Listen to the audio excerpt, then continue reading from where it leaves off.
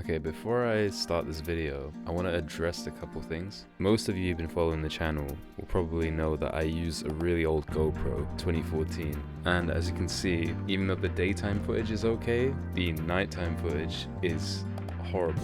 Yeah, so in the background I have my old karting videos playing, and the daytime one, perfectly fine. You can stick an ND filter on it and it has perfectly serviceable video. However, the indoor karting video that I made a while back is dreadful, and that's for two reasons. Because not only is it a completely fixed shutter speed with an ND filter on, GoPros are also really notoriously bad in low lighting, so indoors it just suffers quite badly. In addition to this, the mounting point was broken, so I had to mount the GoPro in a weird way upside down, so it was quite far down my helmet, so you couldn't really see that much past the steering wheel. And that's not too much of a problem in motorcycles because obviously it is close to the ground, it gives you a better sensation of speed. However, when it comes to karting videos, you can't really see over the steering wheel, and it creates this weird lurching left and right anytime you look into the corner or to other kart drivers. So really, I was way overdue a replacement for that camera. Recently, I decided to buy an Insta360 Ace Pro, the first generation, and it seems to be a great camera, I'm not gonna lie. Indoors a million times better than the GoPro, so I thought that this would be perfect, and it has stabilization too, so it wouldn't be bumpy. Unfortunately, it has a few features that I wasn't expecting to cause problems. Like, for instance, it has the option to, for some strange reason, zoom in.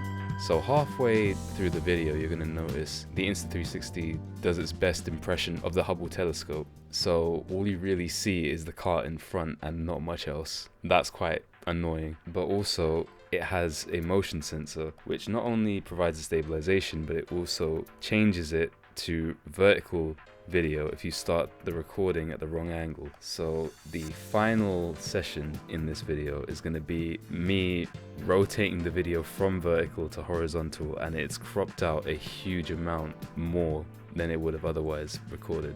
Very irritating. I'll try and make this as easy as I can to watch. Hopefully it's not too bad.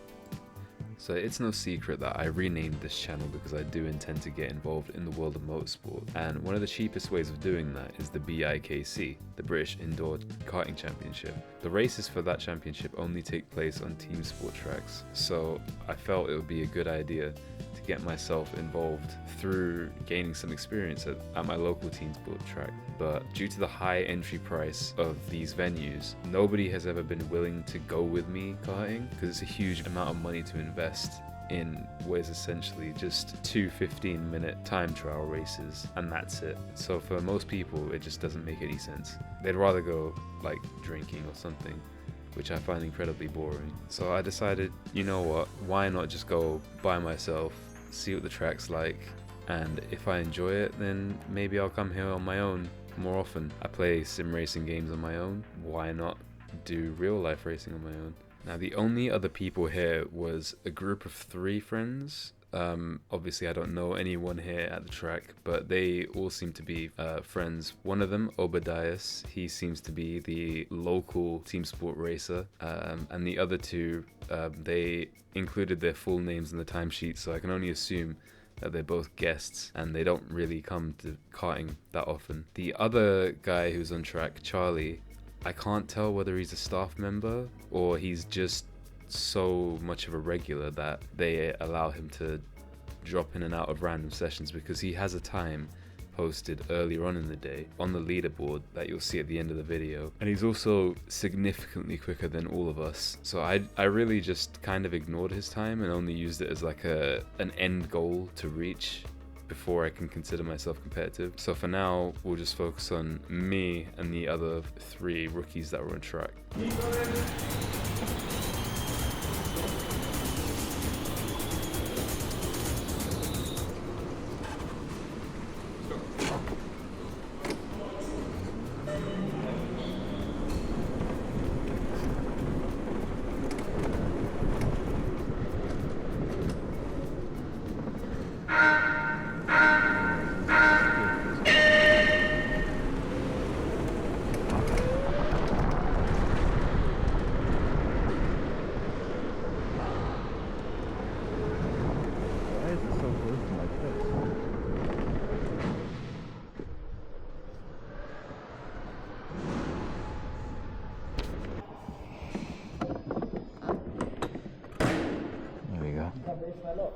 Sorry? You come to race a lot?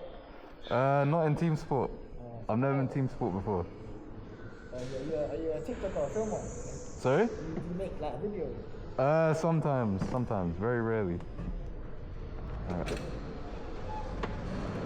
One thing that I simply wasn't prepared for was the change in textures. So the other electric karting place that I had also had heavy karts, but as you're going to see, these are very prone to spinning out.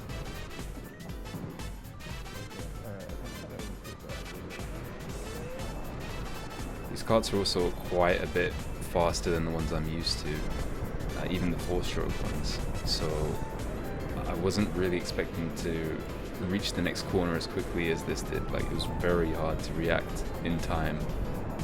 As such, you're going to see me not really focus on lines at all, and instead I'm just going to be focusing on braking points, getting hard on acceleration, and just getting used to the overall speed of the kart and how fast I should really be taking it around corners. I do a lot of spinning out in this as I try and find the limit of grip. As you can see, these karts can be quite intimidating to the rookies, so they really don't feel confident getting on the power out wall, but that allows me to just go right past them. And even in these opening laps, you can already see the gaps between Charlie and the rest of us, and all 3 members and the 2 guests. That doesn't stop me from spinning out several times, however. That's the second time I've done that. In the same corner. Now at this point I was getting quite embarrassed because all the Teamsport members seemed to think that I was some sort of experienced go-karter, and I said I've only been like a few times. I understand the briefing and everything, but because I came with my own helmet and my own camera, they all thought I was much more experienced than I really am. And of course the only reason I have both of those is because I'm a motorblogger. You'll notice the timing board on the left. I've managed to painstakingly go through the leaderboards that they give you at the end of each session and just somehow map out all the laps to where everyone should be in their times, just so you've got something to look out for. Now this is my best lap for the first session, and as you can see, completely missed the apex, almost sliding into the wall there, oversteering the exit, and I've lost all my momentum in the run up to the hill. I didn't even realize that there was a boost button, I'm not gonna lie. And coming around this corner, I lose so much time because I have no idea how to approach it. It just seems so scary from when you're on the floor. Going around that hairpin, I'd say it's an okay slide. It wasn't perfect, and I took that tidy enough. Went around that corner, fairly neutral. Still feel like I could have gone a lot quicker. And then running up to the second to last hairpin, completely missed the apex, losing a lot of speed in the final corner.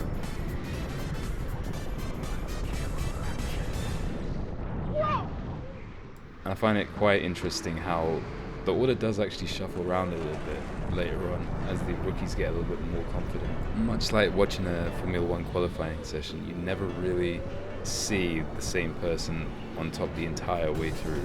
There's a tiny bit of shuffling around before everyone gets settled in. Coming around the start-finish straight, I couldn't really see above the barrier because I'm a little bit short, and someone had spun out right there. Remember this moment because it will come back to haunt me again. Since I'm still relatively new to karting, I'm still really unsure of how to pass people, so when I come across situations like this where I can obviously take the apex and just cut them off, I choose not to because I feel like I'll end up either causing a massive crash or the other person's just going to take it the wrong way and start driving more aggressively. So I just find myself holding back, waiting for them to make a huge mistake and then taking advantage of that rather than actively looking for a way through myself. And of course you lose massive amounts of time here, so I just found the right opportunity without sliding, got through both apexes. Now with this incident, try and find the yellow flag. So at this point I've already passed it and I've spun out. I was going full speed. It was there for a split second, but you will see again yellow flag will appear. Yep, there it is, and I've gone right past it at full speed. And then I finally notice it right around the corner here, and that's when I slow down. No idea why I didn't see that coming, but I did slow down and I got in trouble.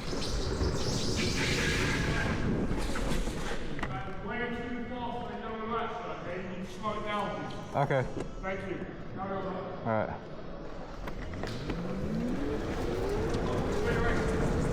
At the time, because I could barely hear what he was saying, I thought he was telling me off for just driving too fast in general. And remember what I said earlier? How did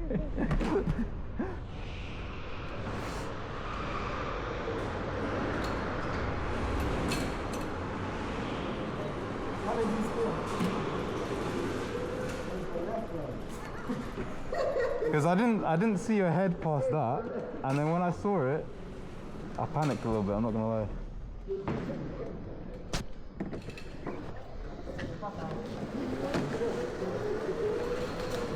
Oh, cheers.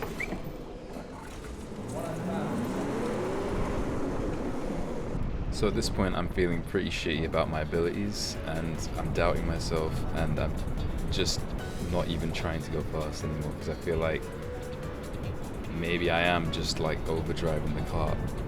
Little did I know that the actual reason why the marshal stopped me was because I had driven through those yellows at full speed. I didn't even realize they were yellow because I was too focused on driving the car and understanding the handling that I was trying to stop a spin like that.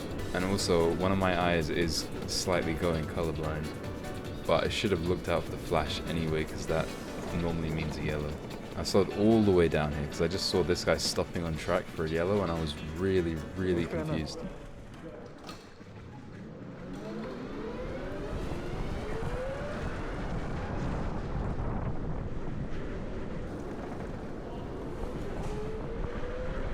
And this guy in white is Charlie. He's extremely fast and he just comes flying through like nothing's even happened. And just when I think we've got a race in our hands, it turns out it was just the end of the session.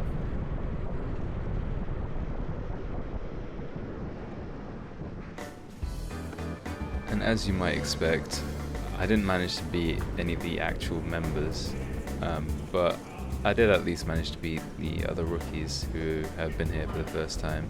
And as it currently stands, I'm over a second slower than my closest rival. So I've got a lot of work to do.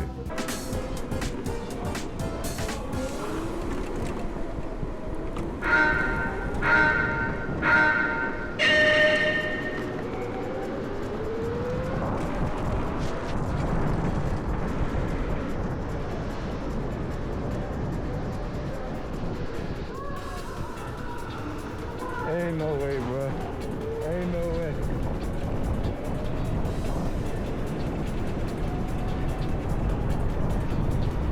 So once again, I find myself in the same situation as before, where I can't really get past someone who's much slower than me and is driving much messier than me, despite the fact that this time I feel like the kart has way more grip and I'm able to put the kart exactly where I want it and rotate the exact amount that I need. But eventually he just spins out and I can just squeeze right past him.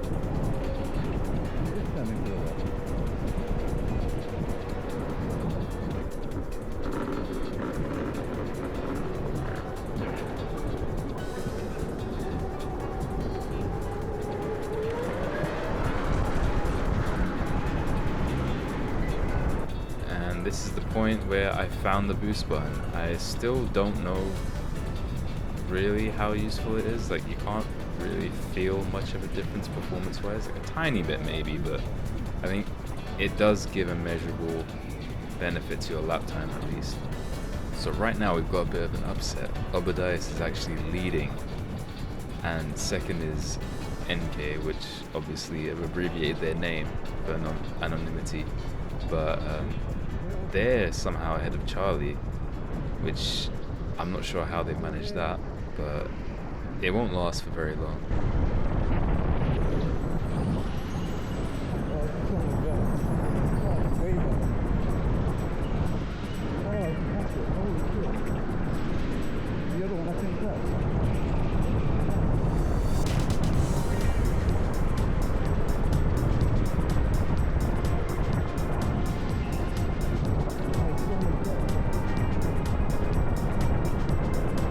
Interestingly, both Charlie and Obadias managed to get to the top of the leaderboard, and yet Charlie still isn't faster than him, which makes me think that his driving style is a little bit inconsistent compared to your average team sport driver. I still find myself losing a lot of time on this top corner because you never really know how much grip you've got. You've just got to hope that the car grips up, and it does, but it takes a lot of faith to get used to that. And this hairpin, I always lose all my grip. Next hairpin, I find myself sliding closer and closer to that wall, and it's not comfortable at all. Narrowly avoiding a massive crash with this guy around the blind corner. But now, of course, this means that I now have to overtake him, which, as we already know, I'm not great at. But he gives me the line going into this corner, and I easily make it past. And just to be sure, I hit the boost button here. Now keep an eye on the guy in front because he's quite far away here, but I gain a lot of speed in this top corner, and he spins out, and it wasn't even a contest. It catches so many drivers out like they just don't know how to approach it. And just when I think I've figured out the car and I've got so much grip, I managed to lose it and park it right against his corner.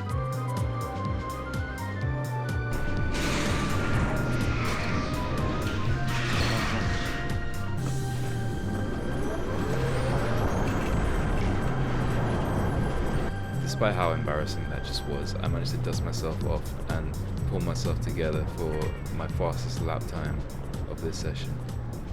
I managed to get a good run out of that last corner, using as much of the track as I could, full throttle through that first corner, watching the apex, completely missing it again, but full throttle through the next one, and still managing to lose speed sliding. And I managed to hit the button now, so I gained quite a lot of time here up the hill. And then just a tiny dab of the brakes, tried to keep it as inside as I possibly could, slam on the brakes for that hairpin, watching for the texture change, and I managed to get it straight into this hairpin. Lost a tiny bit of time, but not too much, and then I missed the apex in that corner for some reason. But there's no time to worry about your mistakes because we come straight to the second to last corner, trail brake it in nicely, and then manage to finally more or less hit the apex of that corner. And there's a car right on that corner again, and it's a red flag. Oh shit. That's pretty bad.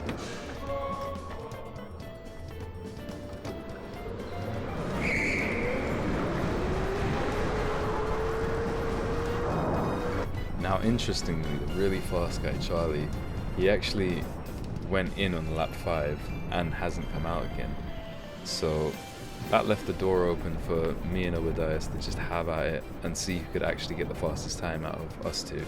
But of course, spins like that were not going to help my time, and that is the exact moment where somehow my camera decided it wanted to stop becoming an action camera and instead just become a telescope. You can barely see anything in this.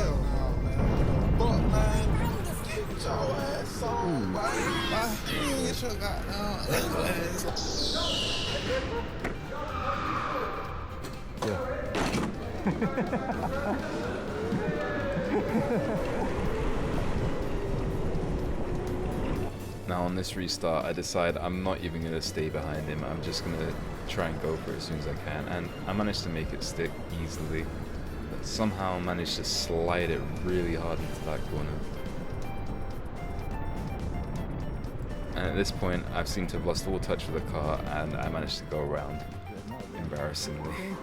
Thankfully, everyone else spins out because of me, and we can all laugh about it. Once again, I find myself in the annoying situation where I just can't figure out how to overtake someone. And this guy is driving incredibly slowly all over the place, and I just can't find the confidence to just pick my way past him.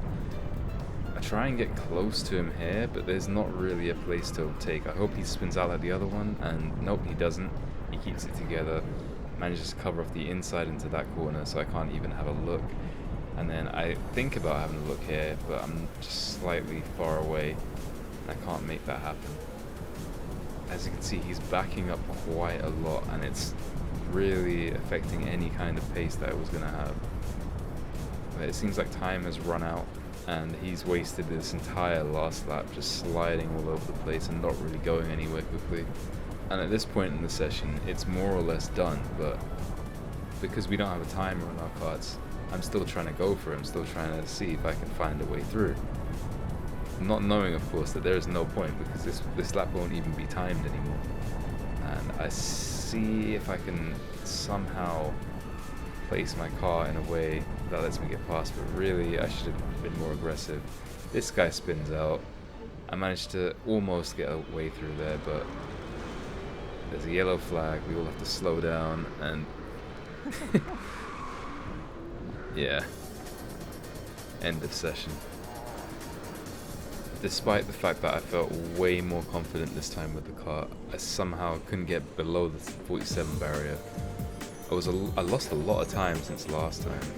1.6 seconds in fact, but it wasn't anywhere close to being enough. Now I'm only 9/10 behind my rival, but will I be able to do anything going into the final session? Going into this last session, I had a huge advantage not having Charlie here, meaning it was just between basically all the rookies here. But I had a very strange disadvantage this time with my kart. See, look at those pedals, right? You're gonna notice something interesting about them. The brake pedal is further away, much further away than the throttle. I can't figure out for the life of me why that is. Maybe the person before had a really short leg or a prosthetic or something, but it made it very, very difficult to drive, as you're gonna see.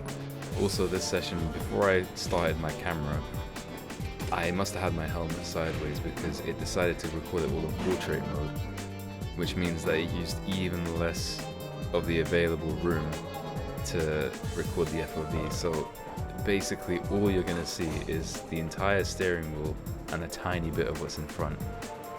This time it won't even really be horizon locked, which is even more annoying. And I can't apologize enough for the rubbish footage that you're about to see. Why is that so far away from me? That pedal is really far. Guess I'm just gonna have to fucking deal with it and hope I don't die.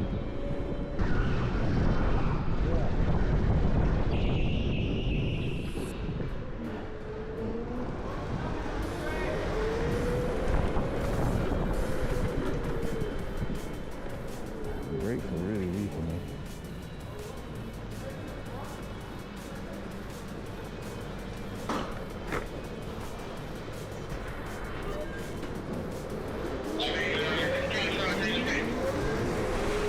At this point, I'm just wondering, how am I going to get past the guy in front? Because I've only had 3 laps and I've not beaten my best from last session. But there's 2 people now in front of me and I'm really bad at overtaking them.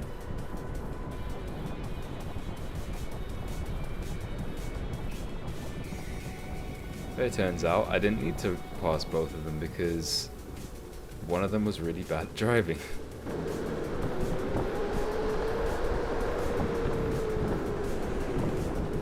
This pedal is so close to me. What the hell? The other one's really far away.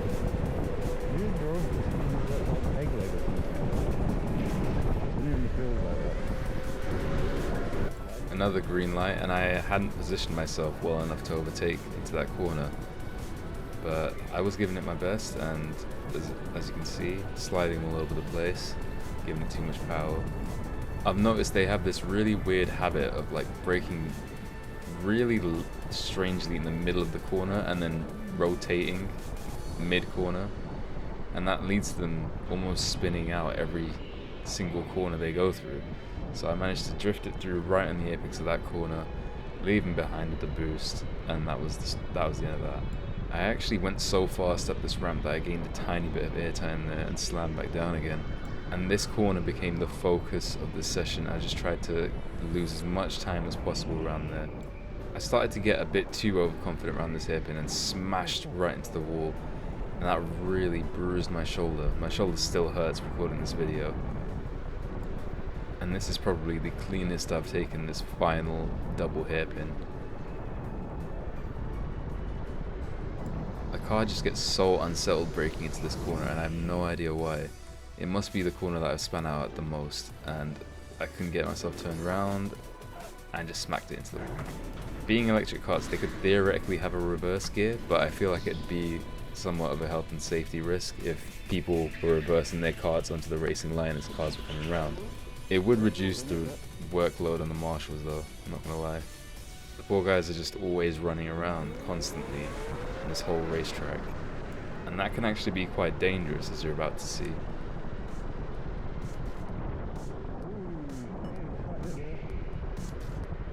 And now we're about to go into my fastest lap of the entire day, so managed to lose all my speed going into the start-finish straight. Somehow I managed to gain my momentum back. Still missed the apex there, but carried enough momentum to make it work. Put the power on early, managed to get all the way up this hill with the boost, and then don't even brake up here. Just shift all your weight to the outside of the car, slam on the brakes at the bottom, still missed the apex at that corner because I went too fast, and then almost crashed into the wall there. I had to slam on my brakes mid-corner, and that lost me a lot of time. Somehow, I have no idea how this was faster than my previous laps, and then lost all my momentum there. Yeah, overall, not a great lap, but somehow it was my fastest. The good news is that means there's a lot of room for improvement, and I don't have a huge amount of way to go till I reach my benchmark. As you can see, this has put me straight into the lead again, as I almost smacked straight into that wall, but again, you've got to have faith that the tyres will grip up in that corner, and they do eventually.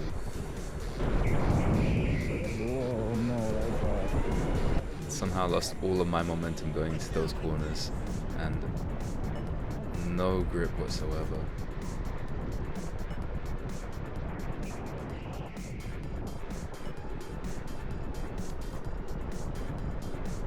Now, applying what I've learned by focusing on this one corner this whole track, look how far back I am at the beginning, and look how close I get to the back of him, just exiting that one corner. It makes it so that I'm almost able to just overtake him with this hairpin. And there I do it on the outside, cutting back in, trying to get the undercut, and he blocks me off just in time. I don't know if he was doing this deliberately, but he managed to cut off the apex of that corner so I couldn't trail brake into it. He's defending really hard, and I go for the inside, and he was not expecting it. And unfortunately, this is about the point where my camera just cuts off abruptly because it ran out of battery, because the touchscreen stayed on the entire time instead of turning off. My last camera, I didn't have to worry about anything like that, but this one, apparently I do. So I only really got roughly 45 minutes worth of footage without the battery running it. But it's okay, because I only set one more timed lap, and it wasn't really anything too special. But here it is. I did actually manage to beat Obadiah in the end, and because Charlie wasn't there, obviously I was first place, which is something, I guess. And what's great is that means I also beat Obadiah in his best of the day, which was 46.132. Now that's a tiny margin, but for my first time ever coming to a team sport track, I think that's pretty good. It's still about 2.5 seconds off of Charlie's best time, but in my opinion, that guy must live at the track, because if we look at the overall leaderboard, you can already see he has a different time in the day, which I think is just insane.